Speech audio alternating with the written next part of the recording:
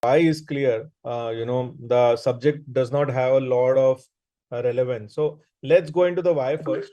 So importance of cash flow management. Why is cash flow management so important for businesses? Like I said, business owners need clarity on the business that they're doing, and hence they would want to, be very clear in terms of their growth. So first is seizing the market opportunity. So what do I mean by seizing the market opportunity? Everybody who's an entrepreneur got into a business because they thought that there was a huge market opportunity available, which they could solve the problem and then make money out of it. Business is all about solving problems and making money out of it.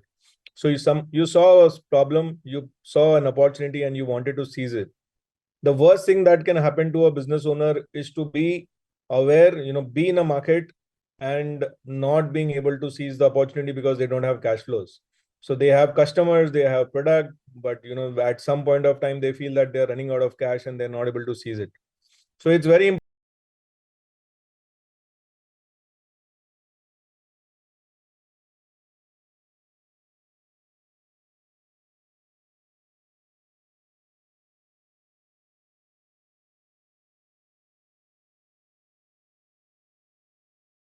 equally important that you are very proactive in managing risk. You don't manage risk when it's already there in the system. So you manage the risk when you are able to proactively understand that there is a risk in the system. And the last one is better decision making. So the more aware you are about the cash surplus that is there in the system, the higher is your ability to take proactive risk and proactive growth strategies. The lower awareness that you have, the lower is going to be your ability, and a lot of work that you do is going to be on gut feel basis. So it's very important that for better decision making, and decisions are what drives action, and actions are what drive results. So if your decisions are going to be started by cash flow management, and it's going to be driven by actions, and those actions are going to be driven by results, it's very important that for better decision making you are able to have a good cash flow system. I keep getting pop-ups for people entering the room, so maybe there is a little bit of my attention span that's going there, but we'll go further. I think the why of why we need to have cash flow management well in an organization, for having a well-oiled organization, is better understood. We have lots of reason why it needs to be done. What I did is I picked the top 4 so that we get into the actual ways by which we'll be able to manage our business well.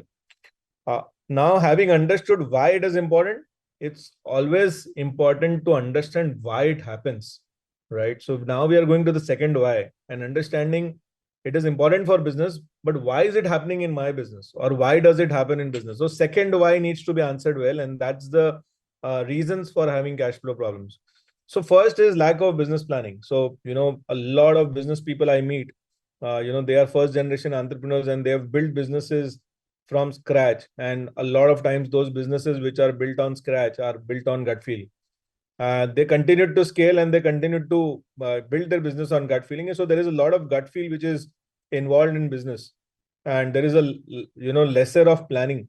I believe that failing to plan is planning to fail, and unless you have a great business plan to back you up, you are only a step away from taking a wrong decision for your business.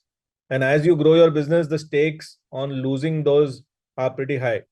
I often meet business owners and I ask them, what is it that you will be doing or grow, where do you see yourself in the next year in terms of growth? And the reply that comes to me is that, I'll be growing by 30%. And, when I probe them further and ask them, where is this 30% going to come from? Is it new customers that are going to be joining you? Is it the existing customers that are going to be buying more from you? Is it a new product launch that is going to be, happening in the market? That you are going to be bringing a product or a service, or is it a new geography, or are you going online to sell? Are you, what is it that is going to get this additional 30% kicker for you? And that's when a lot of those thought processes start coming into their mind in terms of, okay, I will be doing this, I'll be doing this. And because what happens is every action on that growth of revenue is a KRA for a different team member, and also requires a different set of skill set requirement of funds. First being that, if you are going to be adding more customers, you need a marketing plan, and you need a marketing plan doesn't work if you don't give a marketing budget. You ask your marketing team member, get me more leads. Next thing that he's going to ask you is, get me more money to get me more leads. So you always have a cost of acquisition of a customer in a business. If you are not able to fund that cost of acquisition, it's very difficult for anybody to come out with a marketing plan to give you more money. So, where is that marketing plan going to come from if you are getting more product? If you're going to be more customers, if you're going to be adding more products and services, then it's very important to understand these product and services that are going to be added. Do we have the capability internally on that product and services, or do we need some more team resources on that product and services? What is the investment for that? If you are into product, how much of that new product do you think you will have to inventorize? How much is the money that will be needed for that inventory? If you're getting into a new geography, who's going to lead that geography? Is that geography going to need an office? Is that geography going to need some kind of a team member? What is it that is going to be needed there? And accordingly, you will be able to work out the requirement of funds, because every expansion needs people and every expansion needs working capital. Because if you are doing a sale of 100 and you have a 10% of your amount remains in debtor, which is accounts receivable. If you're going to be doing 200, the amount in your account receivable is going to be 20. So who is going to be funding that 10? Who is going to be funding that inventory? Do you have enough internal accruals to fund it? Do you have enough bank limit which is going to be funding it? Do you think if you don't have a bank limit, you go to the bank, he's going to be funding you more? Is he going to be asking you more collateral to fund you that more? In case all of this is not available and you are doing a business which is going to require a bit of cash burn so that it scales in the future, do you have some investors who are showing interest? Do you have some funding ability on using that money to burn whenever you are scaling that? So it's very important that business planning is done, and lack of business planning is one of the reasons why people do business. They end up at a place where they don't have money, and then they realize this is a mistake. So business is being done on a reactive manner rather than a proactive manner.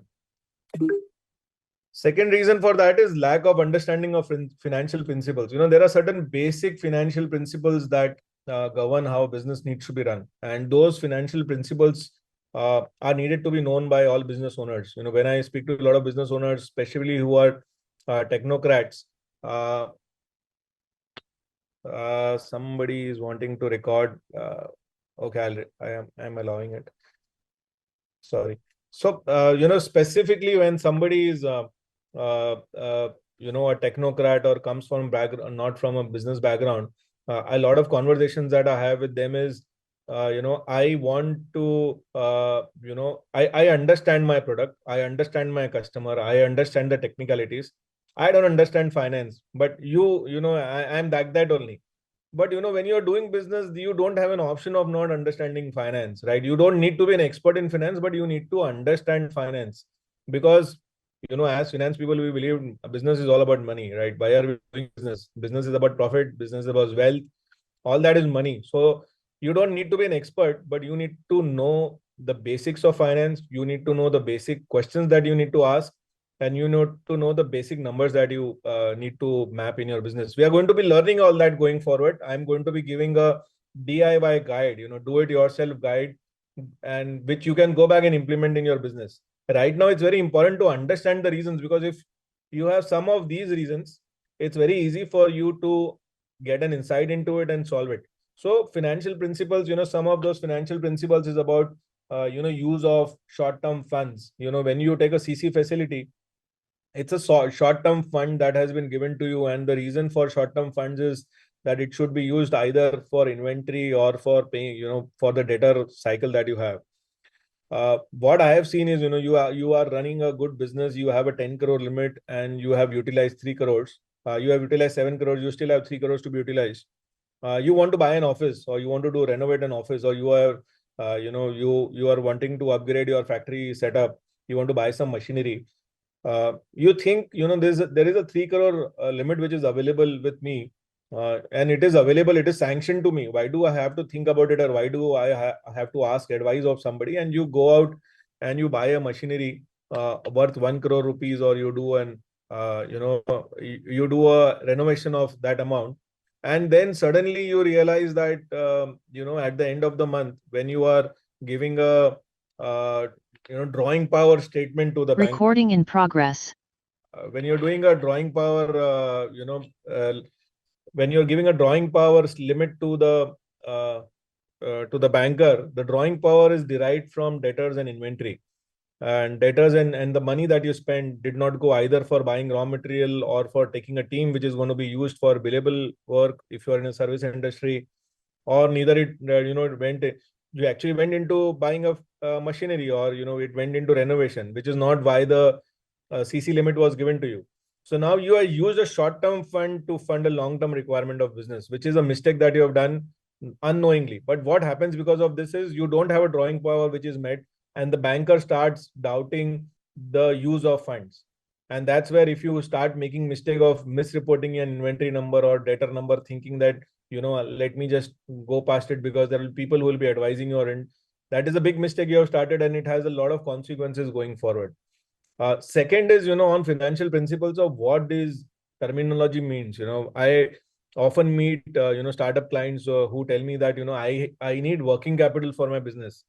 When I ask them, what is this working capital? They're telling, I have launched a product. I need to do marketing for that product. I need to have a marketing manager on board. I need to, these things are not working capital. The money that you spent on marketing is not creating any asset for the business. It is creating an intangible asset for the business in terms of branding and brand recognition. But from our financial perspective, this is not an encashable asset in case you want to dispose it off. You cannot tell कि ये मेरी marketing का brand है, इसको ले लो, if my business is not doing well, because if the business is not doing well, the brand also doesn't do well. So when you're talking that you want to be spending on marketing, it does not come as working capital. It is an expense for which the results may come in terms of increased sales, or it is also a chance that you tried some strategy and did not work. And when it did not work, it is called burn. That is, that money has been burned and it is not recoverable. So getting working capital finance to do this is not the great idea to do it. You cannot take a CC facility and use it for marketing, thinking that if this works, it is well. But if it doesn't work, who is going to be returning that amount of CC? So when the requirement of funds is to do marketing or scaling things where it is a risky venture or a risky bet that we are taking or a risky strategy that we are taking, it's important that we take either our own money, we use retained earnings, or we take investor funds, because these are money which is there for long term, and this is risk capital. So understanding those basic principles, why we require the funds in the business, and mapping those is very important. Next is, inadequate revenue and profits. This is the biggest reason. I wanted to bring this on top, but I thought people will say, "Arey, ye to kya baat kar raha hai?" Because people grow their business, but they are not looking at how much profit are they generating. The biggest source of cash flow in your business is going to come out of profits, unless you come from a family which keeps pumping money in your business if you need them, which most of us on the call will not be there, right? So our business has to be, from the limited capital that we have, plus the new amount that we need has to come from internal accruals of profits. Now people grow businesses, but they build on expenses, margins are lower, profits aren't much, and then they feel, yeah, I have a problem with my cash flow. You will have a cash flow because you doubled your business without taking good facilities from the bank. Your profit isn't enough. Maybe a lot of businesses that I have seen, their working capital requirement is always a little more than the profit that they generate. And these kind of businesses will always be in shortage of funds. If they are at 10 crore, they have a smaller problem. If they have 100 crore, they will be at a bigger problem. If they go to 200 crores, they have the biggest problem. So to get that idea, what is the crux of my business? How much working capital is needed for every 100 rupee of business that I do, and how much is the profit that I generate from every 100 rupees of business that I do is very important. So people have inadequate revenues and inadequate profit, and they feel it's a cash flow problem. It's not a cash flow problem. It's a business problem. Your revenues are low or your profits are low. Third is high working capital requirement. Now, there are two reasons for high working capital requirement. First is sometimes the type of industries. I have a lot of clients in software. They make customized software, which is generally on a fixed bid basis. When we talk about fixed bid, it means that you have a project cost which you have already given to the client, and you would want to complete the product, and you will get that kind of an amount. Now sometimes creating conceptualizing this software development and getting it delivered takes months. When it takes months, your salary cost, your rental cost keeps going every month. Unless you have kept you have negotiated the deal well with the customer that you need at least 25% upfront and certain amount on milestones, the entire amount of money is being invested in by the business owner. And once it is delivered, then you may have some credit cycle starting from the company saying that we will pay you after 30 days or 45 days. I've seen businesses which have a cycle of 7 to 8 months to get their money recovered. These could be companies which are making machinery. I have a client which makes machinery, and they have 132 different raw material parts going into that business. And even if one of those parts is missing, you will not be able to deliver. So right from the time designing machinery for the client, because it's customized designing, till the time you procure all the 132 raw material items, some of which you can inventorize, some of which you cannot because of the finances involved and because of the supply chain, and then completing the machinery, doing a test run, and then giving it to the client, sometimes take 5 to 6 months. So sometimes you are part of an industry which has a very high working capital requirement, and in those industries it is very important that you plan your business in a manner that you have tied up your funds first, and then you plan the business growth. It should not happen that you start growing business and you find कि अभी तो मेरे पास पैसा ही नहीं है. Second is inefficiency in management, which is the most common problem that we have seen in our experience, that there is a lot of inefficiency in the system by which you always feel a shortage of fund. We are going to be covering this in details in terms of what are those inefficiencies and how do we mitigate it in the next slide. So I'll take that in more details. Now these inefficiencies are more in areas of your debtors, working capital, inventories, payable management, a lot of those areas. We'll take one at a time, spend a couple of minutes on each, and try to bring some insights around it. Last reason I've seen very commonly is unrelated diversification. What I have seen in my experience is that as business grows, there are certain bottlenecks that keep creeping in business. The kind of bottlenecks that you would have when you are a small startup is different, and the kind of bottleneck that you have when you are a little mature business is different, and a kind of bottlenecks that you have at a certain level of scale is different. At the startup level, your bottlenecks are more on product market fit and taking care of the regular cash flows. At a bigger level, you are building an organization. And at the third level, you are actually transitioning your management control to second level of leaders to ensure that the business is growing in a professional manner.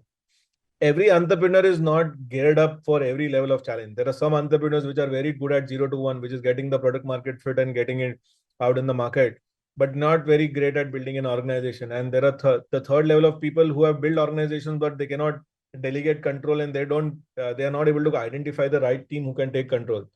Now people are in these phases for a lot number of years, and they keep hitting the roadblock of that phase.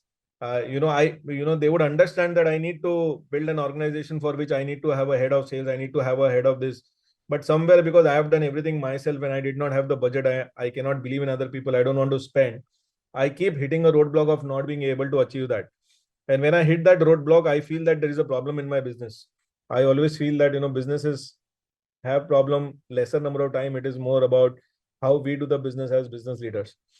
So then, but they look around and they generally have friends who are entrepreneurs, because like people attract like people, entrepreneurs attract like entrepreneurs, because they are optimistic guys, and they will always, entrepreneurs are very optimistic. That's why they're into entrepreneurship, and they will always attract people who are optimistic around them.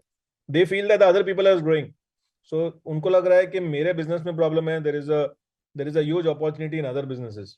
Seeing that the grass is always greener on the other side, and that is why they start doing and getting money into other businesses. I had clients who were into education, doing great education business, suddenly found that construction seems to be better, because they used to get money 1.5 years in advance in their education business. A lot of those cash flows were used for construction, and this is before the time RERA came in. And because it was not their business, because they're depending on others, that money also went down, impacting this business. So similarly, unrelated diversification is also one of the reasons which I have seen causes problem, because it pushes money out of your system.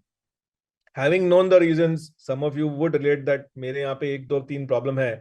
Now idea is to solve the problem. We are solution oriented people. We want solutions, right? We want that problems should be solved. And so let's go to the solutions then. So what are those best practices in cash flow management? I will request that if there is anything that you think is going to be applicable to you, just make a note of it and try to implement it. If while implementing it you have a problem, we are always available to help. But this is the time when you have an introspection, because you know your organization better. I am going to be speaking on broader levels and talking about various problems and the various best practices, some of which you would have already implemented. And if you have implemented that, give a pat on back for that. So first is understanding the best practices of cash flow management. So as I said, telling that I am a technocrat and I don't understand is not going to take you anywhere. So it's very important that you understand basics and also understand how cash flows work in your business. How much time does it take to be in your inventory? How much time does it take to be debtors? How much time of credit is available from the payable? What is your value chain saying? Where is it that you get? What is the value that you add in your business? And then give it to the customer. So how is the cash flowing in your business? To get a detailed idea on that is going to be very important. And also understand how a cash flow statement looks. A lot of people, I have seen business owners have not even seen how a cash flow statement looks. They have seen their balance sheet only after the end of the year, or their profit and loss account statement only periodically, but they have never gone into cash flow statement. And according to me, a cash flow statement is one of the most important statements in your business. Uh, Revenue is good. Better than the revenue is profitability. And most evolved businesses understand that better than profitability is free cash flows in your business. So till the time you understand this concept, maybe you are kicking the ball on the wrong goal. And the most common goal which people keep kicking on is revenues, because that brings a lot of personal high to entrepreneurs कि मैं पहले 50 करोड़ कर रहा था, अभी 150 करोड़ कर रहा हूँ. बट इंपॉर्टेंट इज वो 100 करोड़ 150 करोड़ में कितना प्रॉफिट बना है और उन प्रॉफिट में से कितना बैंक अकाउंट में बैलेंस दिखता है. That is the ultimate aim of business. There are more aims, of return on equity, of that. We'll go there later. Today is not the topic for it. But today, our aim for a business is free cash flows in your business. So what I'll do is I'll stop sharing the screen here and I will take you through a live example of a company whom we were consulting. Very profitable company, but came back and asked him, I don't know, मुझे लग रहा है कि कुछ गड़बड़ है. My business is not uh, something is not right in my business. I don't see money at any point of time. So then we did some analysis, we got some statements from them, and finally we came out with some conclusions. I'm going to share that screen with you. It's going to be a very good learning experience for all of us who are into business and people who have either seen cash flow statements or they have not seen cash flow statements. So just give me a moment to share this.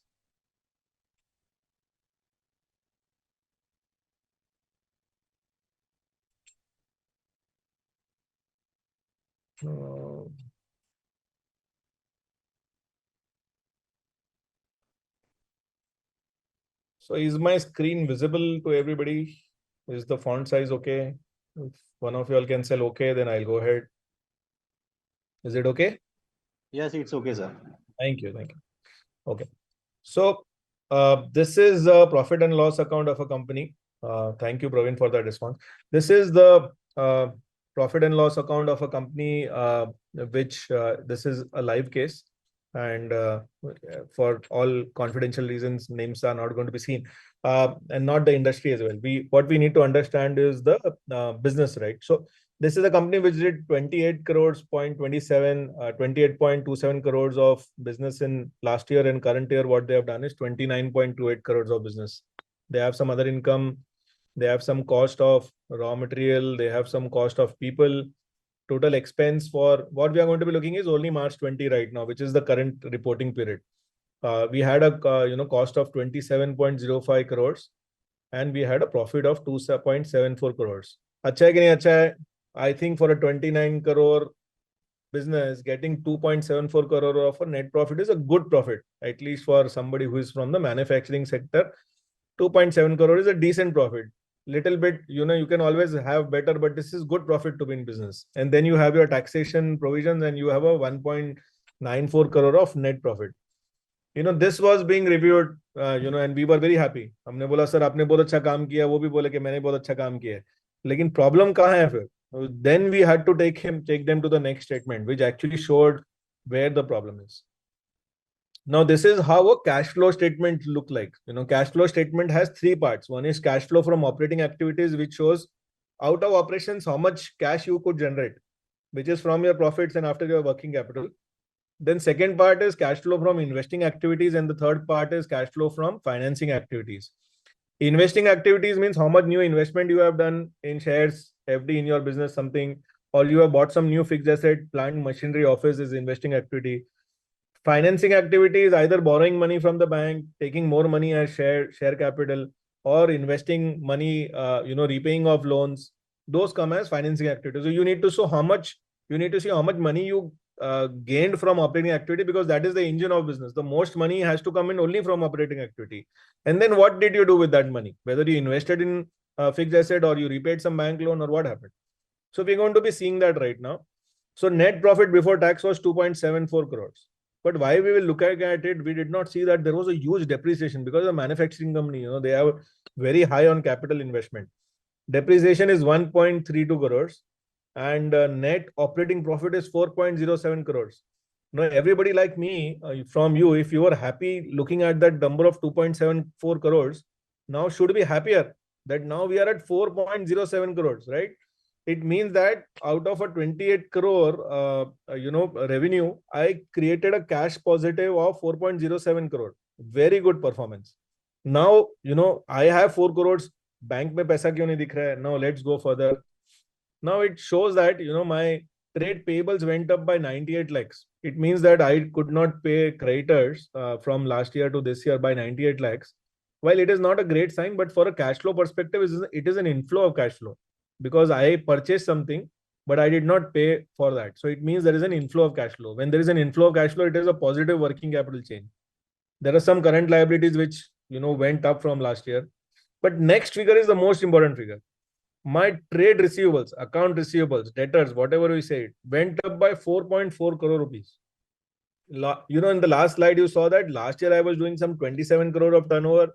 This time I did some 28 point something crore of turnover. So my turnover just went up by 1 crore around. But my receivables went up by 4.4 crore.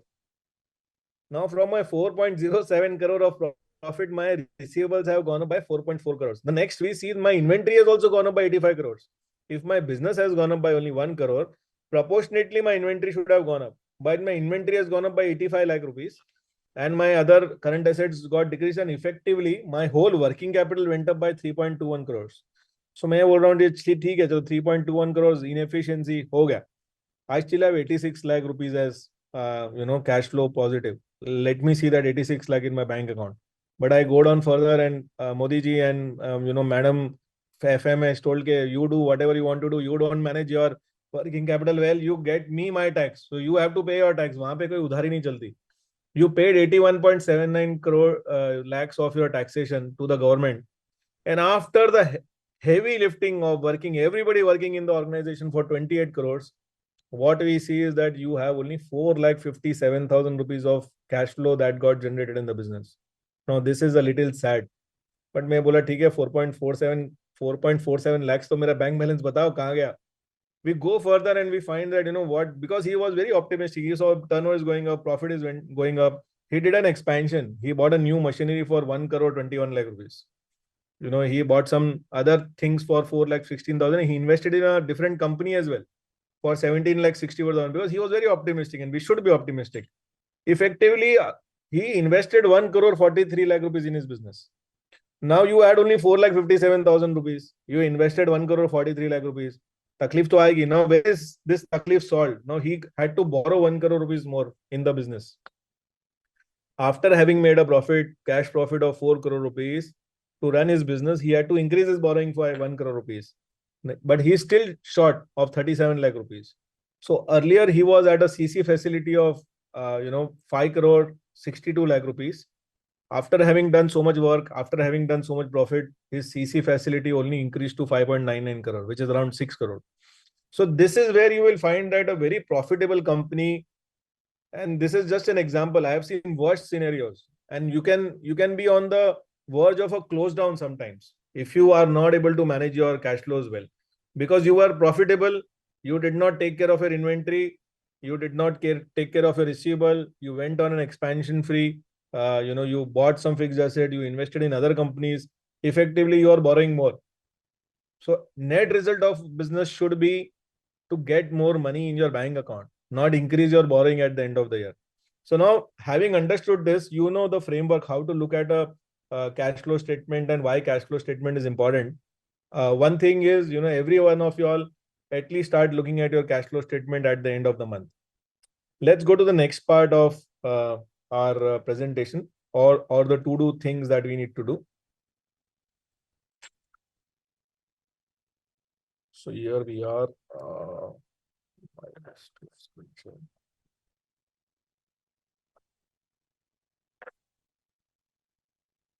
So measure what matters. We believe that what gets measured gets improved. If you are not able to measure anything, it will never improve. So it is important that we measure the right numbers. So what are those right numbers? The first is cash conversion cycle, CCC. सुनने को भी अच्छा लगता है.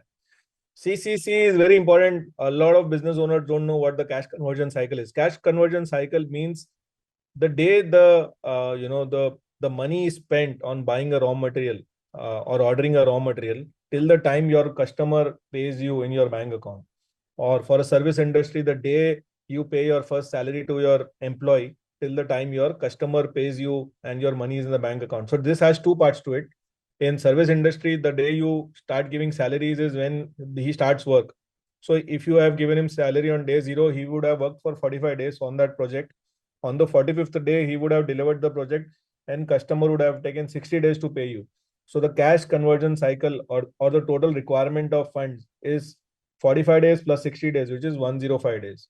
Similarly, for your inventory, you take something to produce or you take something to inventorize in your warehouse. Day 0 to day 30, it was there in your warehouse. If it is trading in manufacturing, assuming it's a manufacturing process of 30 days. On day 30, you give a credit to our customer, then he takes another 45 days. So it's a 75 day of requirement. Now, for most of the product businesses, which is either trading or manufacturing, you don't pay your creditor on day 0. So if you are paying your creditor on day 20, then this 30 plus 45, 70 minus the 20 days on which you pay your creditors, which is 55 days, will be your cash conversion cycle. Now, if 50 and for service industry, I don't think any employee gives you credit. So you will generally not have a accounts payable in your books. So you will pay every month. So your entire cash conversion cycle is going to be the day you pay your salaries to the day you realize the amount for the work done by the team. Now, having known that, you can, your cash conversion cycle is 55 days, which is the most important number that you should know and you should keep monitoring. You have to see कि 365 days में मेरा पैसा कितनी बार घूमेगा. So, average you may find that 7 times you will be able to rotate, which is the conversion cycle of your money. Now, if you have 1 crore rupees of your own capital and your banking limit, how much do you think is the turnover that is possible? The turnover possible is 7 crore rupees. If you are very efficient on that 55-day cycle, you will be able to do 7 crore rupees. Now, being a business owner, don't plan for a 20 crore next year unless you have tied up for funds, because you have tied up, you will crunch this 55 days into 25 days. So either working on crunching the cash conversion cycle or getting funds is very important to look at where your business will be next year, because your finance will have to support your growth. So understanding this number is very important, which is the cash conversion cycle. Look at it every month, every quarter, every year, compare it with last year and see whether you are doing a better cash conversion cycle or not. Second is DSO, which is days sales outstanding. It means that how many days of your money is outstanding. If you are an MSME, which a lot of business owners on this call will be, the government mandates that all MSME needs to be paid by 45 days. That is why it is very important that you put your MSME number on your invoice or put a declaration on your invoice that you are an MSME and let your customer know about it. Because if your customer has not paid you in 45 days, they have to, if they're a private limited or limited company, they have to file a report that I have not paid to MSME. And the law says that, 3 times the bank rate of interest needs to be paid if they're delaying the payment. So there are rules which business owners are not aware. Only awareness brings a lot of efficiency into the system. But that apart, days sales outstanding is something that you need to be measuring on your level and see. Ideally, when I ask business owners के आपके business में आप credit कितना देते हो, तो the reply comes 45 days, 30 days, 20 days, whatever it is. If I look at the debtors figure in their balance sheet and divide it by the sales of their last year, it is always going to be more than that. You will find a number of 60, 57, 72, and when you dig deeper into it, you will find that while the normal customers paid you on time, but there are certain set of customers who have not been paying, or there are some disputes, and that's where your DSO has gone up. So it's very important that you analyze your DSO, break down that DSO into problematic areas where DSOs have gone above, above the clients which have gone above your average DSO, and clients which have gone 1.5 times above your average DSO, which is where your intervention is required. Days of inventory outstanding. So this is also, how many days of inventory is outstanding. So the simple formula for this is also your cost of goods sold versus the inventory that you hold, and see how much. Again, you have to be it has to be efficient enough that you don't lose a customer order because you don't have inventory, and it has to be low enough that you are able to get efficiency on your capital. But it is important to know, first thing is to know what is the ideal DIO that I will keep in my business, put that as a standard, and then measure DIO every month. And days payable outstanding, this is like how much kitne din ke baad main dunga paisa. I have had businesses where the finance function made money for the business. Now you will think how finance function can make money for the business. The finance, the company was a little flush with funds. They would always have good cash flows in their bank, and then they would always want to be incentivized for paying early or paying on time, whatever it is. So they would tell their vendors, that was a time when physical invoices were being given. They would tell their vendors that after you submit your invoice, our standard payment days are 60 days. Say, if I pay you in 30 days, what is the discount that you give me? If I pay you in the next 3 days, what is the discount that you give me? So, vendors who are in a lot of need of fund would tell, okay, if you pay me tomorrow, I will give you a 2% discount, because he feels that 2% come kama hai. But 2% for you is gain, because otherwise you would have paid after 60 days. So it's a 1%. Some people in requirement may even give you a 4-5% discount, cash discount if they are paying. So having a look at, what is your ideal DPO versus what is it that, you are actually doing it. While for credibility, you would want to pay on time, but from the cash flow perspective, the higher the credit cycle that you have from your vendors, the lower is your working capital requirement, because your CCC is CSO plus DIO minus DPO. So it means your own requirement of funds for debtors, your own requirement of funds for inventory, minus the funding that your vendors are paying you. So ideally, to lower CCC, you will have to increase DPO. But from the business perspective, if your cost is going up or your credibility is going down, you will have to look at that as a business call. Next, very important is the cash flow forecast. I have seen business owners and their senior finance guys spending 2 hours in the morning just ensuring that all their checks are cleared and ensuring that all that RTGS are done. So they are just talking to the bank. Has this RTGS received? Is my money going? No. My client is giving you a check. I'll send you a photocopy of the check. Give me a TOD for today. So these are criminal waste of time for somebody who can be utilized for growing business. So that is why it is very important that you make a weekly, fortnightly, monthly cash forecast. This is also a document for people who have investment in their company, which the investors want to look for the next month and a half, because they want to see your predictability of cash flows. When is it that your debtors are going to be paying you? What are the fixed expenses that you're going to be having? So these are the contents of a cash flow forecast. What is the monthly burn? Now these are for startups who are building a business for scale, and for that they are okay to do loss for some time, because they know that this business, when it is built scale, will have a very high value. You will see businesses like Swiggy, Zomato, which had a lot of competition, they burnt money, but now you will have only two big players. Uber, Ola, similar story. So these are startups which are looking at creating monopoly, duopoly in the market, or being a major player in the market, and for which, to gain that major share, it is okay to burn money, and they are backed by investors to burn money. So so looking at what your burn is, so that you don't run out of cash before your next round of funding is received, and you don't have your monthly weekly hiccups where this week you have money but your money is coming next week. So you have to look at your historical data, you have to look at your collections that you map. So you may have your credit period at 45 days, but you will have to go into history and see when does this person actually pay, whether he actually pays in 45 days, because this cash flow forecast has to be on realistic numbers. He always pays on 68 days, then it is better you move your forecast also to the 68 day. Bifurcate between fixed and variable expenses. There are certain fixed expenses which need to go on fixed date. Your electricity bill, your rent, your other things need to go on that same date. So you may not have a lot of flexibility there. On your variable expenses, like buying raw material and other things, you may still have some leeway of talking to the vendor, or just paying on the due date, not before the due date. And EMIs, this will just hit the bank account.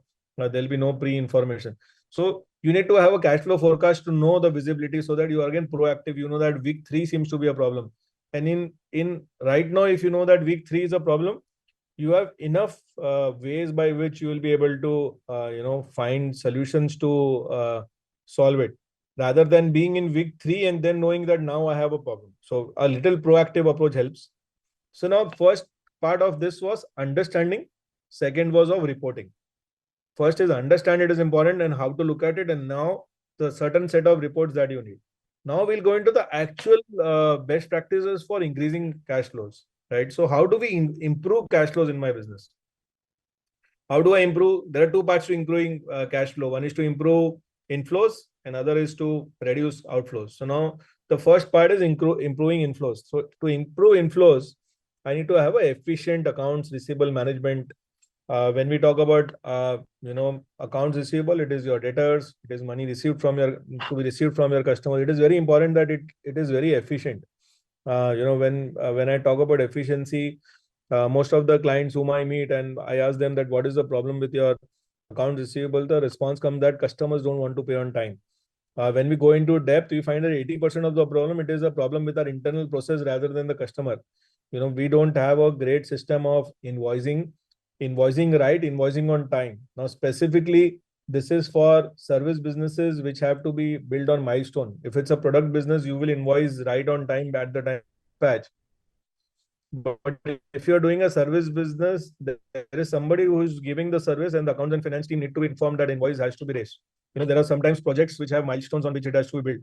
So the project management team of the project needs to inform the the accounts team or the finance team that invoice needs to be raised. Invoicing in the right manner. So if you are doing some work like a contractor or somewhere where measurements need to be approved before the invoice, for the invoice to be paid, it is important that those things are attached. If the PO needs to be attached with the invoice, so that the other person, the other organization knows that this rate and the quantity is as per PO. So attach as much proof as required to ensure that your invoice is correct and acceptable. Second is to ensure that the invoice got entered into their ERP system or got accepted. Now, entering into the ERP system is important, because for large corporates, unless your invoice got entered into the ERP system, your payment will never be processed, because there are no manual process to process the payment. So you have to ensure that it is accepted and they don't have a problem, and it is got accepted, and your payment is now in the credit period cycle, because the credit period for them also starts on the day they enter into the ERP system. Third is obviously follow up. Because you would again, my experience shows that who will do the collection, whether sales team will do the collection or accounts team will do the collection, or you need to have a specialized collection team. A lot of clarity needs to come there, and within the collection team, or who is responsible for this collection, whose baby is this, because sales guys like to do business, sell more, they don't like to collect. They don't like to be a little harsh, because they feel that if I become harsh, I will not get the next order. Accounts finance team feel that we already have a lot of works, and if we start doing collection, then I will not have time, and I will be a little straightforward, which you may not like, because you have a client relationship. So to have a lot of clarity in terms of how collection needs to be done, a lot of automation has already come in into this department, where invoices are generated automated. There are collection follow-ups that happen automated. There are payment links that go automated, and there are acknowledgement once the money is received. So some kind of effort needs to be done to build that efficiency of automation, building that process internally. And also, it is not just at the time of invoicing, it is a lot of time before invoicing. It is about setting credit limits of clients. How much is the credit limit that we would want to give to this client, and then reviewing those collections. हमने process सारा डाल दिया, credit control डाल दिया, सबको बोल दिया invoice करना है, कलेक्शन करना है, but there is nobody at the top who is reviewing the process, and something which is not reviewed will never be efficient. So the process for weekly reviewing of what is happening on the accounts receivable side, what is getting stuck, what is the escalation metrics, who is going to call, when is he going to call, what is the tonality of the call, and when is it that the organization takes a call that we will not sell more product or services to this customer till our old money is taken. That whole cycle needs to be very efficient, very well documented, and very well followed as well. Doing all that, you will have a lot of good cash flow coming in where it is stuck. Efficient inventory management. Again, for people dealing in inventory, a lot of times, there are two problems. One is कितना माल पड़ा है, कहाँ पड़ा है, पता नहीं है. पता है कि माल है, but कितना है, कहाँ है, पता नहीं है. And second problem, so that is a problem of record keeping of inventory, which can be solved with a lot of automation and lot of ways, mapping your inventory, barcoding, stacking. A lot of techniques are there for inventory management. Large companies have, been expert at inventory management. It will also help you in forecasting what needs to be ordered, because right now a lot of ordering happens from, the mind of the business owner. He feels that this is what is needed and he orders it without having a, minimum order quantity, average order quantity. When is that order quantity getting triggered? There is no science which is working for the new order that is being placed. So, putting that science there, putting that process there, putting that record keeping and stacking where. And second, sometimes is, out of compulsion or out of greed, higher inventory is taken in. Out of compulsion is mostly for people who are into distribution business for companies, and they are dumped with inventory at the end of the month. And out of greed is where, your vendor tells you that I'll give you an additional 5-10% discount. You want 10, you take 100. And you feel that, बेच के क्या पैसा कमाना है, खरीदने से पैसा कमा लेता है, you take that. But you don't understand that if that inventory stays with you for 6 months, your average cost of funds is 18%, which you should always take. 9% of it is already lost if it is not sold. So, having an efficient inventory management system in terms of how to inventorize, record keeping, how to order, when to order, what is that minimum order value, what is the logistical time it takes for you to deliver, whether we can be in just in time, how much do we carry. A lot of thought process that needs to go to document it and obviously then review it. Revenue optimisation, again I take this last, क्योंकि अगर आप पैसा ज्यादा कमाओगे, revenue optimise करोगे, तो cash flow anyway सुधरेगा. And I will not tell sell more. What I am telling you is on different areas on optimization, cross selling, upselling. You already have a customer, can you sell him something more that you already make, or can you sell him upsell? He's a 10,000 rupee customer, can you make him a 15,000 rupee customer? So is there an opportunity to cross sell? Is there an opportunity to upsell? Pricing strategy, you need cash flows. Do pay ek free. You pay, you buy so much quantity, you get right now, you pay early, you get, what is the pricing strategy between a little revenue loss but a higher cash flow intake? So can we work on pricing strategies so that people either buy more or pay early? Customer retention, the best customer is the one who stays with you year on year. That's where we find pride in ourselves of having customers working with us for years and years. I've been in practice for 25 years and I would have a record of more than 90-95% client customer retention. So customer retention is a very important metric, because we all know that getting a new customer on board is always expensive. It's all about building trust. There is a cost to customer acquisition, there is a cost to building that trust, and then is when it gets into autopilot. So customer retention is a good way by which you ensure that your revenue is optimized, because if you have continuity of revenue, you have continuity of cash flows as well. Diversification of revenue. Now, I don't want to go into unrelated diversification, but if it is the same set of customer whom we are dealing with, and if you could have a higher share of wallet of the same customer, he is telling कि आप 5 चीज देते हो, 6वीं चीज भी दे सकते हो क्या? And if you can do that without troubling our system a lot, we should also look at diversification of revenue. So these are way to improve cash flows. Now we'll go and look into ways to reduce our outflows. I think I've already exceeded a lot of my time. I didn't know my presentation had gone so long. Please bear with me. I'll try to complete it in 10 minutes or 5 minutes, and then we'll open it for question and answers. So vendor selection and negotiating better terms. It's very important that you find a vendor who has the financial capability to give you credit. So select करते time try करो कि अच्छा आदमी है, उसकी खुद की balance sheet strong है. Negotiate better terms. You negotiate the price first. That is what I have seen with a lot of my smart entrepreneur clients. They will first negotiate the price. Price negotiate होने के बाद बोलते हैं अच्छा ये तो 60 दिन के बाद पेमेंट दूंगा, So I am sure a lot of you entrepreneurs are smart enough, but negotiating better terms is important. Expense management, there are certain expenses which are good to have, there are certain expenses which are must have. Looking at whether this is must have or good to have, whether this is needed now or it can be taken later as well. So matrix बना के something which is good to have, which can be done later, can be pushed, which is must have, needed now, needs to be done now. So identifying and prioritizing expenses, cost reduction strategies, it's always important that even if you are in business for 10 years, 20 years, 30 years, always have that mindset. What is it that can be reduced? A lot of times we had seen that, the old internal audit structure was document hai to right hai. Now the time is to see whether this expense was required or not, whether it added value to the business. So cost reduction strategy is always thinking whether we can optimize cost. Managing overheads. Overheads are the easiest of your business to go up, and we are all wanting to lead better life for ourselves, for our team members, have the best gadgets, best operating system, best softwares, best office.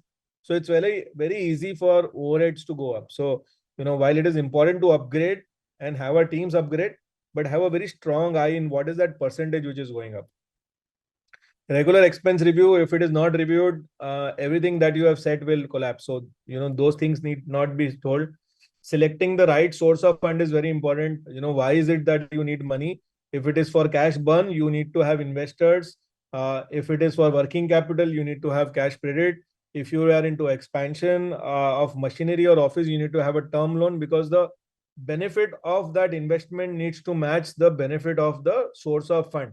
So if you are taking a office, or you're taking an expansion of your factory shed or machinery, the benefit is going to be spread across 8 to 10 years, and that's how you need to match your borrowing with that. Your cash credit is obviously only for your business, only for stock and book debts. There are other funding options. If you don't have collateral, small business, try for CGT MSC, which is a 2 crore rupee worth of non-collateral loans in a country like India, where non-collateral, collateral is a very big thing. You can explore that. It's not something which your banks will offer upfront. You'll have to go be persistent, show them the scheme, show that your repayment ability. A lot of our clients have got it, is possible, and people have been enjoying it. It's a government scheme for small businesses, where the government gives a guarantee commission to the banks. So banks don't have that risk. Government takes that risk. Foreign currency funding, if you are into either import or export, you have an opportunity with the bank to get dollar funding, which is always 3 to 4 percentage below your normal funding. Again, a lot of banks will not be upfront and tell you take it. You need to know about it, and you need to go and ask it. I have some case studies around it. We are short of time. कभी अलग से मिलूंगा, आपको बताऊंगा how one client of mine saved 36 lakh rupees only by changing the right source of banking fund. Alternate financing methods. There are a lot of alternate financing methods which are now open in the market. There are factoring services who help you collect money on time from your debtors. There are revenue funding. So if you are a startup which has some consistent revenue, like a SaaS model or something, there are companies which fund your future revenues and give you money right now. There are credit card companies who see constant credit in your bank account and are ready to upfront, fund you for your future credit card swipes of your customers that may take in. There are crowdfunding which has come in right now, where people with smaller capital are also wanting to invest in businesses. There is SME IPO, which has become a large place where larger SMEs can go and tap investor funds and look to launch long term growing fund business, not only for themselves but a certain class of investors who would want to bet on them. So there are a lot of alternate financing methods which have started. Just need to be aware of them, need to know what is right for you, and try and explore it. Emergency fund, all said and done, your cash flow management plan is incomplete unless you have a pocket which you don't see. That could be your fixed deposit mutual fund, which is kept separately, which is for that day, which is going to come. Business is not as per plan. You make your plan, it helps you as a guide, but something will just hit you which is not planned. Something like COVID may come in. You need to have your emergency fund, which ensures that there is business continuity and which ensures that you are at peace to deal with the situation. So that's very important. Quantity of emergency fund depends on your business, but at least 1 month's expense is what you need to be having. So that's all, friend. Thank you. I have exceeded my time. I just saw my watch. It's time for some question answers that you have, or you may just go for your Friday afternoon lunch. And thank you all for joining. But I'm open for questions. Samir sir, can I ask you a question? Yeah, please, Prashant. So, sir, how can one derive at a conclusion that how much team size he should need to manage this cash flow thing, capturing of data, reporting of data, review of data? So, how much team size, internal team size one should have? So it is not about team, it is about the process. If you put the process right, only one team member is necessary for managing cash flows. So, he will write the right data and present to you, because we feel that if the right information is coming at the right time to business owners, they don't need a business consultant to come and tell them what needs to be done. The problem is the right formats and the right reports are not getting done. So if, you have so Prashant runs a very good business called the ice cream bakery, and they have multiple franchises across Mumbai and now Telangana as well. Slowly we'll find them in news for the fundraising that they're trying to do. So for your kind of business, if you have the right projections in terms of the money that is needed every month on your outlet versus the collections that you anticipate, and the inventory that you feel is the ideal inventory that should be carried for your outlet, you will know an outlet wise cash flow requirement, and then what is needed is some cash flow requirement for running that factory or your central kitchen and for your office. So if this three is mapped well, I don't think you need a lot of people. One person can be a coordinator who can help you do this. Okay, okay. Thanks, Prashant, and all the best. Yeah, thank you, sir. Samir sir, Yes, can you see me? I cannot see you, but I can hear you. Okay. Actually, I just want to ask that what should be the ideal ratio for working capital and profit ratio that include cash flow that you said that working capital should not exceed the profit or what so that ratio. So what is the ideal ratio? So there is no ideal ratio for all businesses. Different businesses have different ratios. Like I said, there is this business of making machinery, right? So he takes 4 5 months to make machinery, and then client takes 1 month to pay. So there is 5 months. Now, if I go and tell them that this is wrong, this should not happen, your working capital should be only 2 months, then it is an industry problem. What you need to see is there is a working capital requirement for your business, and there is a cost of working capital requirement, right? So if you think that for every 100 rupees of business that you do, you require 20 rupees of working capital. Now, going from our benchmark of 18% rate of interest, 3.6 rupees of interest is required for every 100 rupees of business that you do. Now, your profit definitely should be your profit minus 3.6 rupees. So if your profit minus 3.6 rupees is still very good, you can do that. But you should see that your requirement of profit, your net profit should ideally be more than the working capital requirement of business. Otherwise, you will always be in a trap where for every business that you are growing, your CC limits will keep growing. Thank you. Thanks. Anybody else? If you don't want to ask, put it on chat. It's okay. Thanks from a lot of people, and I'm thankful for all of you all to attend. Even post this webinar, if there is any way we could help you, we will be happy to help you. Just reach out to anybody of us, our team member, Vishal, and we'll be happy to help you. Thank you, Subir. Thank you, Shishir. Thanks to you, all of you all. I think if there are no more questions, we'll break for this. And a lot of you know me or know us, please reach out. Please give your feedback. We'll be happy, and we would want to improve for the next time. And also, we would want to take up new subjects which will be more helpful to you all. So just reach out and let us know. Thank you, guys. Thank you.